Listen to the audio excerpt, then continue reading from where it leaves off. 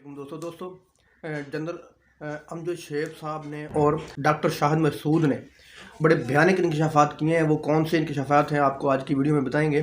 तो पहले बात करते हैं डॉक्टर शाहिद मसूद साहब की। डॉक्टर शाहिद मसूद साहब ने कहा है कि इमरान खान की जो ज़मान पार्क के गिर्द लोग जमा हैं, उन लोगों में बहुत से ऐसे लोग हैं जो कि इमरान खान को गिरफ़्तार करना चाहते हैं। जो इमरान खान की सिक्योरिटी है उसमें भी ऐसे लोग हैं जो कि इमरान खान की गिरफ़्तारी में सहूलतकारी का एक काम अंजाम दे रहे हैं। उन्होंने कहा कि ज़मान पार्क में जो लोग बैठे हैं उनमें बहुत ज़्यादा तादाद पाकिस्तान के इदारों के लोगों की है, कुछ पुलिस के लोगों की है। पीटीआई वर्करों का बेस बदलकर इमरान खान साहब के घर में बैठे हुए हैं, झंडे उठाए हुए हैं और वहीं पे वो काफ़ी अरसे से रह रहे हैं। जब से लोग इमरान खान के घर के करीब बैठे हैं उस दिन से वो उन लोगों के साथ मिलजुल कर रह रहे हैं और इमरान खान के हक़ में नारे लगा रहे हैं कि लोगों को ये तासुर जाए कि ये पीटीआई के कोई वर्कर हैं।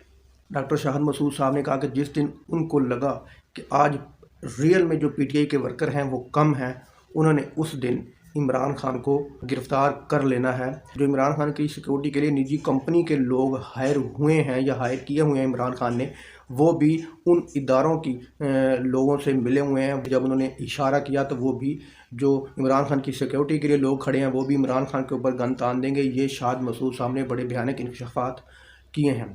और उसके बाद जनरल अमजद शेख साहब ने कहा है कि जी इमरान खान को गोली मारी जा सकती है फिर दोबारा।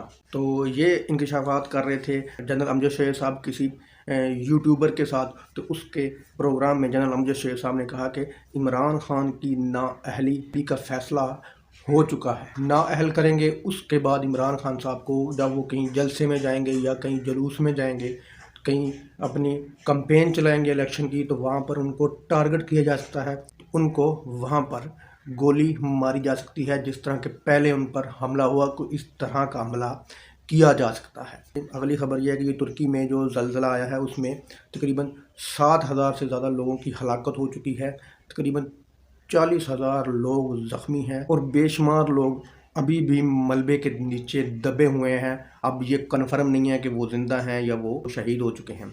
तो अगली खबर ये है कि जी हमारे इम्पोर्टेड वज़ीर आज़म को तुर्की हुकूमत ने दौरा करने से रोक दिया। उन्होंने कहा कि हम इधर अपने लोगों को रेस्क्यू करने में लगे हुए हैं या हमारे मुल्क में कहर बरपा हुआ है और तुम मुंह उठाकर यहाँ पे विज़िट करने ना आना, हम तुम्हें प्रोटोकॉल नहीं दे सकते। तुर्की ने इम्पोर्टेड वज़ीर आज़म को तुर्की आने से मना कर दिया। अल्लाह हाफ़िज़।